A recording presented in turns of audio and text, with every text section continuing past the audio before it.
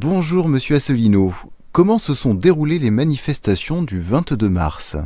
Eh bien, bonjour à toutes et à tous. Je suis heureux de vous retrouver pour cet entretien d'actualité tous les 15 jours. Nous sommes aujourd'hui le 29 mars 2018.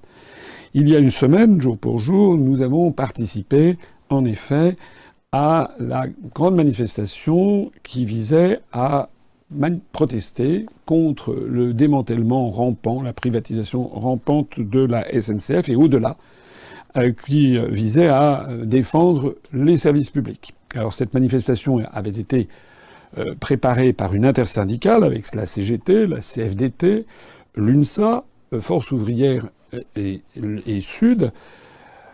Nous, en tant que parti politique, nous ne nous sommes pas joints à la manifestation strictement. Nous sommes restés en lisière du boulevard de Magenta à Paris. Et lorsque l'ensemble des cortèges syndicaux sont passés, à ce moment-là, nous nous sommes joints à la manifestation. On peut dire que nous avons fermé la manifestation. Nous avions un peu plus d'une centaine de manifestants avec nous. Ce qui a été tout à fait notable, c'est que, en dépit de certains propos absolument scandaleux tenus par certains dirigeants de la CGT qui avaient traité plus globalement les manifestants qui voulaient le Frexit et nous avaient traités d'extrême droite, mais en dépit de ça, sur le terrain, ça s'est très très bien passé. Et pourquoi? Parce que dans tous les syndicats, et j'ai eu l'occasion de le voir, puisque nous justement on voyait défiler les syndicalistes, dans tous les syndicats, eh bien il y a des syndiqués qui sont venus me voir avec le sourire, avec gentillesse, et qui voulaient me parler, avoir un autographe, prendre un selfie, comme on dit, prendre une photo avec moi. Et beaucoup d'entre eux m'ont dit « Monsieur Asselineau, merci beaucoup pour ce que vous faites. Vous nous avez appris des tas de choses. Vous nous avez appris à comprendre l'origine des problèmes. Pourquoi la SNCF est-elle démantelée? Continuez comme ça. » Certains même, d'ailleurs, m'ont dit qu'ils avaient adhéré à l'UPR, ou si pas eux, c'était un frère ou un cousin qui était adhérent à notre mouvement. Donc j'ai été quand même très agréablement surpris par cet accueil. Je ne m'attendais pas à un accueil aussi chaleureux.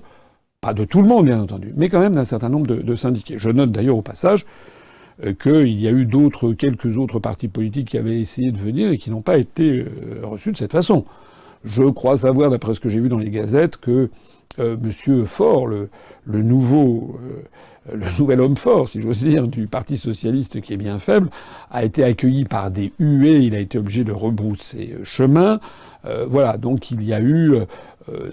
voilà, les autres partis politiques n'ont pas été très bien accueillis. Alors, tout ceci est important parce que ça montre quoi? Ça montre que l'UPR, sa notoriété, ses analyses, ses propositions sont en phase croissante de notoriété et qu'elles ont largement commencé à influencer le monde du travail. Je m'en réjouis et nous allons porter de plus en plus l'accent dans cette direction en faisant connaître de plus en plus à toutes les catégories professionnelles les méfaits de la construction européenne.